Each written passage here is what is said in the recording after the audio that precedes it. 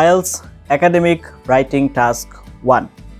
আপনি যদি একজন স্টুডেন্ট হয়ে থাকেন, দেশের বাইরে পড়াশোনার উদ্দেশ্যে যেতে যাচ্ছেন, আপনি যদি একজন প্রফেশনাল হয়ে থাকেন, মাস্টার্স প্রোগ্রামে যেতে চাচ্ছেন, ডক্টরেট প্রোগ্রামে যেতে চাচ্ছেন, যেই হন না কেন, আপনার আইএলস একাডেমিক রাইটিং টাস্ক 1 নিয়ে যদি মাথায় কোনো ধরনের কোনো কনফিউশন থাকে, কোয়েশ্চেনটা কি, কিভাবে আসতে পারে, কি ধরনের টপিক আসে, কেমনভাবে সলভ করলে আমি ভালো স্কোর পাবো, কি প্রবলেম হতে পারে সেগুলো কিভাবে সলভ করব, সময় কতক্ষণ, কি ধরনের সমস্যা আমার হতে পারে, আমাদের বাংলাদেশের স্টুডেন্টরা এখানে কি ধরনের সমস্যা ফেস করে, এরকম অনেক কোয়েশ্চেন যদি এই রিলেটেড আপনার যে কোনো কোয়েশ্চেন আপনার মাথায় যদি থাকে, তাহলে আজকের লেসনটি শুধুমাত্র আপনার জন্য। আমি লাস্ট 10 ইয়ার্স যাবত আইএলস এর স্টুডেন্ট প্রিপেয়ার করছি আমার হাত দিয়ে, হাজার হাজার স্টুডেন্ট পরীক্ষা দিচ্ছে, তার আলোকে কিছু অভিজ্ঞতা আজকে আপনাদের সাথে শেয়ার করব এবং এই বিষয়টা আপনাদেরকে বুঝিয়ে দেওয়ার চেষ্টা করব এবং এই রিলেটেড অনেক কন্টেন্ট আপনি আমার চ্যানেলে পেয়ে যাবেন। তো চলে যাই আজকের আলোচনায় যাওয়ার আগে welcome to my channel IELTS care. আমার চ্যানেলে আপনাদেরকে স্বাগত। আপনি যদি আমার চ্যানেলে সাবস্ক্রাইবার না হয়ে থাকেন তাহলে প্লিজ সাবস্ক্রাইব, আর যদি সাবস্ক্রাইবার হয়ে থাকেন then wholeheartedly you are welcome. মূল টপিকে যাওয়ার আগে লাস্ট ছোট্ট একটা ইনফরমেশন, সেটা হচ্ছে আপনার কাছে যদি মনে হয় যে আপনি আইএলস মক টেস্ট দিতে চাচ্ছেন, কোথায় দিবেন, প্রিমিয়াম মক টেস্ট কোথায় দেওয়া যায়, একদম রিয়েল এক্সামিনার যিনি সরাসরি এক্সাম নিয়ে থাকবে তিনি নিবে কিনা, এই ধরনের কোয়েশ্চেন কনফিউশন যদি আপনার মাথায় থাকে তাহলে আপনি আমার সাথে যোগাযোগ করতে পারেন। I will conduct your mock test by myself. আমি নিজে আপনার মক টেস্ট নিব, অন্য কারো কাছে দিয়ে দিব না, এবং কোথায় কি সমস্যা না আছে এগুলো সবগুলো আপনাকে ক্লিয়ার করে দিব। তো চলুন চলে যাই আজকের আলোচনায় আইএলস একাডেমিক রাইটিং টাস্ক 1। প্রথমত আজকের লেসনে আমি যেটা চেষ্টা করব সেটা হচ্ছে আপনাদের এই কোয়েশ্চেন প্যাটার্নটা কি, কেমন ধরনের ফিগার আসতে পারে, টোটাল 6 টাইপের কোয়েশ্চেন এখানে আসতে পারে বা 6 টাইপের ফিগার আপনার এখানে আসতে পারে, এবং সেই ফিগারের এগেনস্টে আপনার কতগুলো ওয়ার্ড মিনিমাম লিখতে হবে, আপনার সময় কতক্ষণ হবে, কি ধরনের সমস্যা হতে পারে, কিভাবে লিখলে আপনি ভালো স্কোর এখানে এনশিওর করতে পারেন। কারণ আমরা জানি, আপনারাও জানেন যারা আইএলস প্রিপারেশন নিচ্ছেন, আমাদের বাংলাদেশের স্টুডেন্টদের ক্ষেত্রে রাইটিংটা হচ্ছে অন্যতম একটা উইক জায়গা। এইখানে দেখা যায় যে 3 বার 4 বার 5 বার পরীক্ষা দিয়েও একজন তার ডিজায়ার্ড স্কোর পাচ্ছে না। তো এটা অনেক একটা চ্যালেঞ্জিং জায়গা। আমি আমার পূর্ববর্তী অভিজ্ঞতা, আমার ছাত্রদেরকে পড়ানো, আমি নিজে যখন পরীক্ষা দিয়েছি আমি নিজেও এখানে অনেক ধরনের প্রবলেম ফেস করেছি। আমি নিজেও বাংলা মিডিয়াম থেকে পড়াশোনা করে আসছি, তারপরে আমার এই প্রবলেমগুলো ওভারকাম করে আমি যখন এই স্কোরগুলো করেছি, কিভাবে করেছি সেই জিনিসগুলোই আজকে আপনাদের সাথে শেয়ার করার চেষ্টা করব এবং আপনি যেন ভালো স্কোর করতে পারেন। তো চলুন চলে যাই আমাদের কম্পিউটার স্ক্রিনে এবং আপনাদেরকে দেখিয়ে নিয়ে আসি কত ধরনের কোয়েশ্চেন আসে, একটা স্যাম্পল কোয়েশ্চেন, তার মডেল একটা আনসার, কিভাবে করলাম ব্যান্ড 9 মডেল আনসার, এবং তার জন্য কোথায় কোথায় আমার মনোযোগ দিতে হয়েছে, সমস্ত প্রসেসটা আপনাদেরকে দেখিয়ে নিয়ে আসি। ওকে, তো চলে আসলাম আমরা আমাদের কম্পিউটার স্ক্রিনে। প্রথমেই আমরা দেখব যে আইএলস রাইটিং টাস্ক 1 এর কি ধরনের ফিগার আমাদের আসতে পারে। প্রথমেই যেটা আছে এটা হচ্ছে টেবল। এই টেবলের আমার হচ্ছে এই টেবলের এইদিকে কলাম বাড়তে পারে, এইদিকে হচ্ছে আপনার রো বাড়তে পারে, মানে এখানে যে কয়েকটা আছে এরকম হবে, এটা বিষয়টা জরুরি না। এরপরে হচ্ছে আমাদের আছে বার চার্ট, এইটাকে বলা হচ্ছে বার চার্ট। তারপর এরপরে যেটা আছে সেটা হচ্ছে লাইন গ্রাফ, এটাকে বলা হয় হচ্ছে আপনার লাইন গ্রাফ। তো এরপরে আমাদের যেটা আছে এইটাকে বলা হচ্ছে আপনার পাই চার্ট। তো প্রথমে আমরা দেখলাম টেবল, তারপরে হচ্ছে আপনার বার চার্ট, তারপরে হচ্ছে এটাকে বলা হচ্ছে লাইন গ্রাফ, এইটাকে বলা হচ্ছে পাই চার্ট, এবং এটাকে বলা হচ্ছে প্রসেস। এই যে আমরা 5 নম্বরে যেটা দেখতে পাচ্ছি এটা হচ্ছে প্রসেস। 6 নম্বরে আমরা যেটা দেখতে পাচ্ছি এটাকে বলা হয় হচ্ছে ম্যাপ। দ্যাট মিনস আমরা বলতে পারি আমরা টোটাল এক্সামে এই 6 ধরনের কোয়েশ্চেন পেতে পারি। প্রথমে আছে হচ্ছে আমাদের টেবল, পরে আছে হচ্ছে আপনার বার চার্ট, তারপরে আছে 3 এ লাইন গ্রাফ, 4 এ আছে পাই চার্ট, তারপর আমাদের যেটা আছে সেটা হচ্ছে 5 এ প্রসেস, এবং নাম্বার 6 এ হচ্ছে আপনার ম্যাপ। এখন এখানে আরও একটা ইন্টারেস্টিং বিষয় আছে, সবগুলোর মধ্যে যে আপনার যেটা সোলো থাকবে, দ্যাট মিনস একটা ফিগার থাকবে, বিষয়টা এরকম না। আপনার পরীক্ষায় আপনার কম্বাইন্ড ফিগারও থাকতে পারে, যেখানে আমি এই যে এখানে দিলাম, প্রথমে হচ্ছে এখানে একটা লাইন গ্রাফ দিলাম এবং পরে পাই চার্ট দিলাম, এই দুইটার সমন্বয়ে হতে পারে। তো সেক্ষেত্রে ধরেন একটা প্রসেস, এখন এই প্রসেসের ক্ষেত্রে আবার দুইটা আছে, একটা হচ্ছে এটাকে বলা হচ্ছে আপনার, একটা হচ্ছে ন্যাচারাল প্রসেস যেটা প্রাকৃতিকভাবে অটোমেটিক ঘটে থাকে, আরেকটা হচ্ছে আর্টিফিশিয়াল প্রসেস। তো এগুলো নিয়ে আমরা পরে বিস্তারিত আলোচনা করব যে এখানে কি কোয়েশ্চেন টাইপ আসতে পারে। তো এবার আমরা এটা হচ্ছে মডেল একটা কোয়েশ্চেন এবং তার মডেল আনসার কিভাবে আমরা সাজাবো সেইখানে চলে যাই। তো দেখুন, ফার্স্ট আমাদের হচ্ছে এখানে কি দেওয়া আছে, একটা কোয়েশ্চেন দেওয়া আছে। আমরা এই কোয়েশ্চেনটা একটু ভালো করে আগে বোঝার চেষ্টা করি। প্রথমেই দেওয়া আছে কি, আমরা কোয়েশ্চেনটা পড়ি, কোয়েশ্চেনটা পড়লেই আমরা মোটামুটি বুঝতে পারবো এখানে আমাদের আসলে কি দিয়েছে। First, here is your question, আমরা এটা একটু ভালো করে পড়ি। The table below shows the estimated oil capacity of 6 countries. তার মানে হচ্ছে এই যে আপনার টেবলটা আছে, এটা তো একটা টেবিল, অন্যদিকে আবার একটা বার গ্রাফ, দুটো একসাথে আর কি। আপনার এখানে কি দেখাচ্ছে? এস্টিমেটেড অয়েল ক্যাপাসিটি, তার মানে হচ্ছে আপনার তেলের একটা হিসাব করা তাদের সক্ষমতা অফ 6 কান্ট্রিজ, 6টা কান্ট্রির, ইন মিলিয়নস। তার মানে আপনার এখানকার যে আপনার নাম্বার ফিগারটা আছে, এই যে বাম পাশে, এটা হচ্ছে মিলিয়নে হিসাব করা হয়েছে। Millions of ব্যারেলস per day, millions of ব্যারেলস per day, এটা ভালো করে খেয়াল করতে হবে, আমাদের লেখার সময় এটা কাজে লাগবে। আচ্ছা, ডে ফ্রম 1990 টু 2010। তো যখন আপনি এই ধরনের কোয়েশ্চেন পাবেন রাইটিং টাস্ক 1-এর, তখন 3টা জিনিস আপনার ফিক্সড থাকবে। সেটা হচ্ছে জিনিসটা কি, এস্টিমেটেড অয়েল ক্যাপাসিটি, সেটা কোথায়, 6 কান্ট্রিজে, এবং তার সময়টা কখন। এই 3টা জিনিস, জিনিসটা কি, লোকেশন কোথায়, এবং তার সময়টা কি, এই 3টা জিনিস আপনার প্রশ্নের ভিতরে মাস্ট থাকবে, খেয়াল রাখতে হবে। এরপর আপনার হচ্ছে কোয়েশ্চেন কি বলছে দেখুন, summarise the information by selecting and reporting the main features. আপনার এইখানে যতগুলো ইনফরমেশন আছে তার ভিতরে সিলেক্টিং এবং রিপোর্টিং, আমাকে সিলেক্ট নির্বাচন করতে হবে এবং রিপোর্ট করতে হবে, জানাতে হবে দ্য মেইন ফিচার্স, প্রধান যে আপনার বৈশিষ্ট্যগুলো আছে। মেক কম্পারিজনস ওয়্যার রেলেভেন্ট, এই জায়গাটাতে আমাদের যারা সাবকন্টিনেন্টের স্টুডেন্ট আছে, যেমন যারা এশিয়ান আছি, তারা কম্পারিজনটা দেখায় না। আমরা বর্ণনা করি সবই, কিন্তু আমরা তুলনা দেখাই না। তো এই তুলনার ক্ষেত্রে আমাদের একটা দুর্বলতা আছে। You should spend about 20 minutes on this task. এই টাস্কটাতে আপনার অবশ্যই 20 মিনিট এর ভিতরে চেষ্টা করতে হবে কমপ্লিট করার জন্য। আমি আমার প্রিভিয়াস এক্সপিরিয়েন্স অনুযায়ী দেখেছি, আমার যারা ছাত্র ছিল তাদেরকে বলেছি যে আপনারা চেষ্টা করবেন এটা যেন আমরা 15 মিনিটের ভিতরেই সলভ করে ফেলতে পারি। কেন? কারণ আমার রাইটিং টাস্ক 2-তে নাম্বারও বেশি, লিখতেও হয় বেশি। তো সেক্ষেত্রে খেয়াল রাখতে হবে আমরা যেন একটু অল্প সময়ের ভিতরেই পারি, এবং রাইট অ্যাটলিস্ট 150 ওয়ার্ডস। এই ক্ষেত্রে 150 এটা হচ্ছে আমার বেস লাইন। আমি চাইলে এখানে প্লাস আপনার হচ্ছে 10 প্লাস 15 বাড়াতে পারি, দ্যাট মিনস 60-65 পর্যন্ত যেতে পারি। তো এইবার আপনাদের হচ্ছে এটার মডেল আনসার দেখাবো, এবং মডেল আনসার দেখাতে যে এই গল্পে আপনাদেরকে বোঝাবো যে এখানে আসলে কি কি দিতে হয়, কিভাবে দিলে আমরা এটা ভালো স্কোর করতে পারি। আচ্ছা, তো মডেল আনসারটা প্রথমে আমরা একটু দেখি। The bar chart illustrates the estimated amount of oil produced in 6 countries between 1990 and 2010 measured in millions of barrels per day। তার মানে আমি সবসময় এটা বলে থাকি আমার ছাত্রদেরকে যে আমরা ইন্ট্রোডাকশনটা কিভাবে লিখবো। ইন্ট্রোডাকশনটা লেখার ক্ষেত্রে আমার প্রশ্নটা খুবই ইম্পর্টেন্ট একটা ভূমিকা প্লে করে থাকবে। যা প্রশ্ন তাই হচ্ছে আমার ইন্ট্রোডাকশন। এই প্রশ্নের যে জিনিসটা, এটাকে আমি প্যারাফ্রেজিং করে লিখবো। যেমন এখানে ছিল টেবল, আমি ব্যবহার করেছি বার চার্ট। এখানে ছিল শোজ, আমি ব্যবহার করেছি ইলাস্ট্রেটস। তারপরে হচ্ছে এস্টিমেটেড, আপনার অয়েল ক্যাপাসিটি ছিল, এস্টিমেটেড অ্যামাউন্ট অফ অয়েল ব্যবহার করেছি, তার মানে কথাটাই ঘুরিয়ে দিয়েছি। তারপরে হচ্ছে ক্যাপাসিটির পরিবর্তে ব্যবহার করেছি oil produced in 6 countries.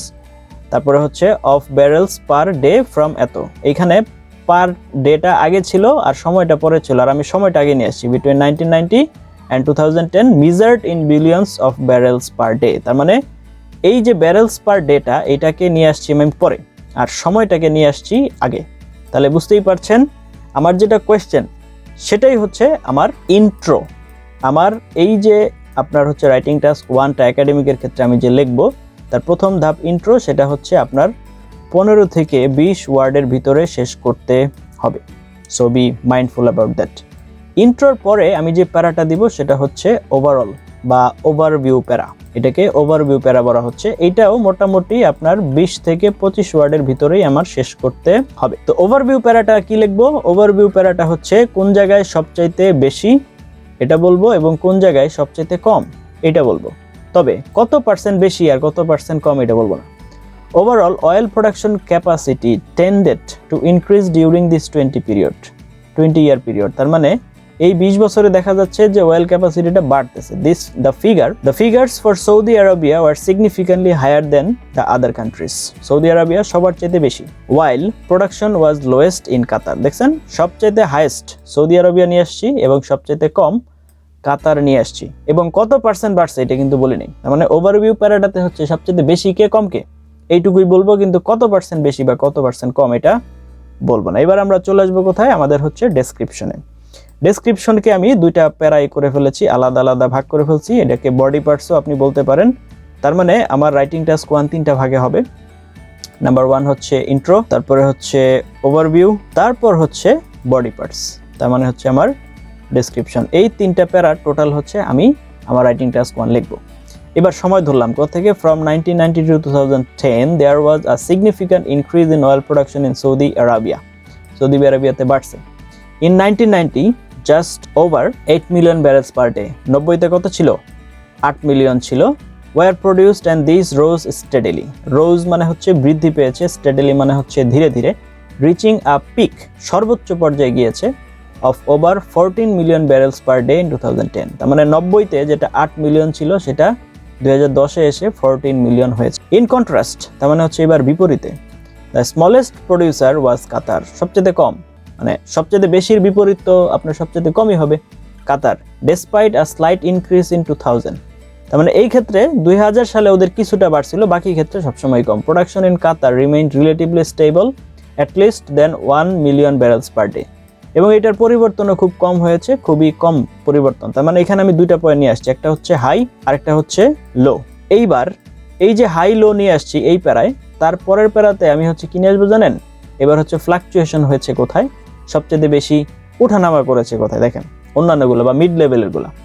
The other countries, সবচেয়ে বেশি এবং কমটা বাদ দিয়ে এবার চলে গেছে other countries, saw a slight rise in oil production over the period, সামান্য পরিবর্তন হয়েছে বা বৃদ্ধি পেয়েছে। The estimated figure for Iran in 1990 was over 3 million. Estimated ফিগারে দেখতে পাচ্ছি 1990-তে 3 মিলিয়ন ছিল barrels per day, compared with around 2 million barrels in other 3 countries, বাকিগুলোতে 2 মিলিয়ন করেছিল। অলদো, এইবার দেখেন আমি একটা ট্রানজিশনাল ওয়ার্ড নিয়ে আসছি, অলদো, কথা চেঞ্জ করে অন্যদিকে চলে যাচ্ছি। Production did not increase in 2000 in UAE, 2000 সালে এটার কোনো পরিবর্তন হয়নি। The amount of oil produced peaked in 2010 in Iran, ইরানে 2010 হচ্ছে সবার আগে ছিল, at over 4 million barrels, সবচেয়ে বেশি, and at least 4 million barrels in Iraq, Kuwait and the UAE। এটা সবগুলোতে মোটামুটি সেমই ছিল। তো এটা লেখার সময়, রাইটিং টাস্ক 1 লেখার সময় একাডেমিক্যালরা সবসময় মাথায় রাখবেন যে আপনার এই ক্ষেত্রে একটা পলিসি অবলম্বন করতে হবে, সেটা হচ্ছে নো কনক্লুশন। নো কনক্লুশন তার মানে হচ্ছে রাইটিং টাস্ক 1 এর সময় টোটালি আপনার খেয়াল রাখতে হবে কোনো ধরনের কোনো কনক্লুশন হবে না। তো এবার আমরা আসি আপনাকে টাস্ক, এই ক্ষেত্রে রাইটিং টাস্কের ক্ষেত্রে আপনার মার্কিং কিভাবে হবে, দেখেন এই যে কিভাবে, টাস্ক অ্যাচিভমেন্ট এটার উপরে মার্কিং হবে, কোহেরেন্স এন্ড কোহেশন এটার উপরে মার্কিং হবে, লেক্সিক্যাল রিসোর্স এটার উপরে মার্কিং হবে, এবং গ্রামার, এই 4টা পার্টের উপর আপনাকে হচ্ছে রাইটিং এ মার্কিং করা হবে। এই 4টার আলাদা একটা লেসন আসবে, ওইটা আপনারা যদি একটু ফলো করেন তাহলে এই 4টা একদম বিস্তারিত ব্যাখ্যা করে দিব ইনশাল্লাহ। এবার আমরা এই রাইটিং টাস্ক 1 এর একটা অ্যানালাইসিস দেখি, কিভাবে আমি এটা চেঞ্জ করলাম। The opening paragraph has all the key information about the graph, but it paraphrases the question. This is very important. Make sure you use synonyms and rephrase your answer. তার মানে synonym ব্যবহার করতে হবে, সমার্থক শব্দ, এবং ওরা যা বলছে আমি যেন হুবহু এটা ব্যবহার না করি।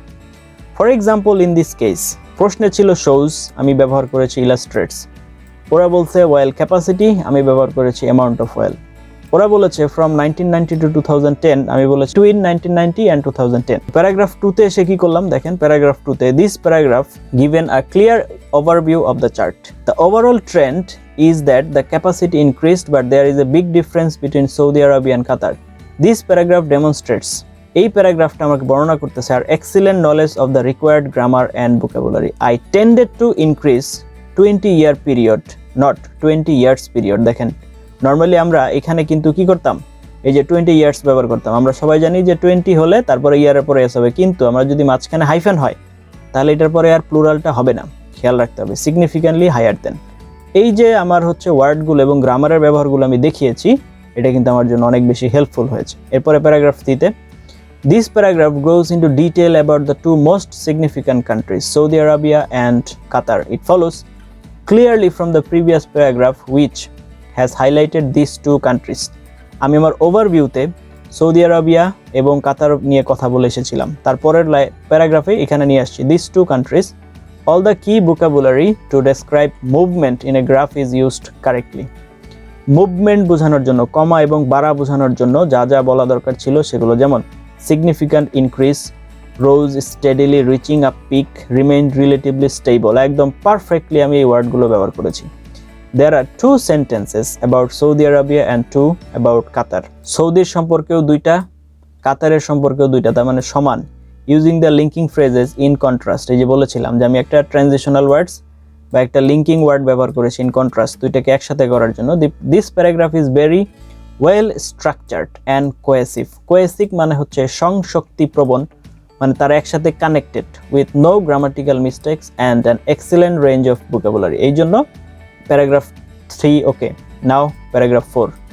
Paragraph 4 gives details about the remaining countries, তার মানে সর্বোচ্চ এবং সর্বনিম্ন ছাড়া বাকিগুলোর যে ইনফরমেশনগুলো আছে এখানে আমি পেয়ে যাচ্ছি। Again, all the language for describing a graph in accurate saw a slight rise peaked in 2010.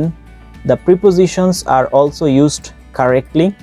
Some things student often mix up. A rise in production, তো আমরা এই ক্ষেত্রে হয়তো অনেক সময় on ব্যবহার করতে পারি। in 1990 compared with peaked in at over 4 million barrels, যার মানে এইখানে প্রিপোজিশনের ব্যবহারটা খুবই ইম্পর্টেন্টলি হাইলাইট করা হয়েছে। তার মানে আমাদের খেয়াল রাখতে হবে যখন রাইটিং টাস্ক 1 আসবে আমাদের অনেক প্রিপোজিশন ব্যবহার করতে হয়, কারণ এখানে নাম্বার ফিগার আসে।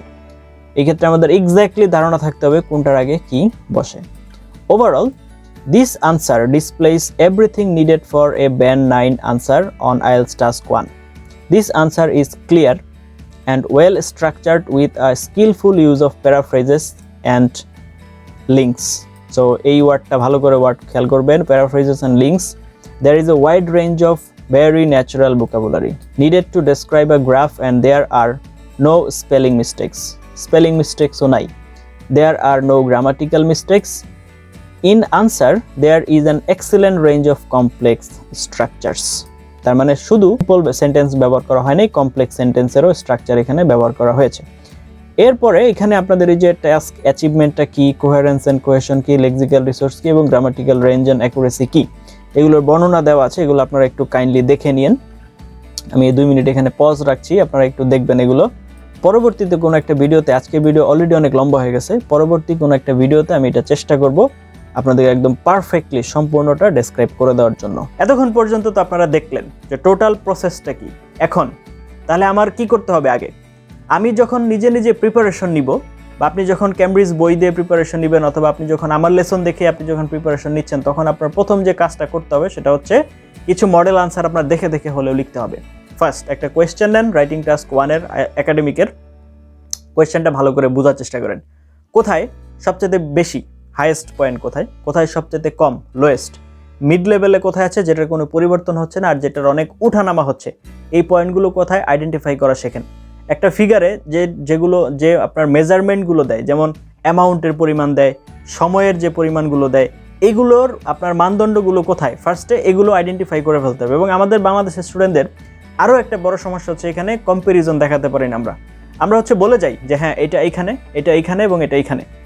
কম্প্যারিজন, তুলনা দেখাতে পারি না। কিভাবে তুলনা দেখাতে হয় একটার একটার সাথে?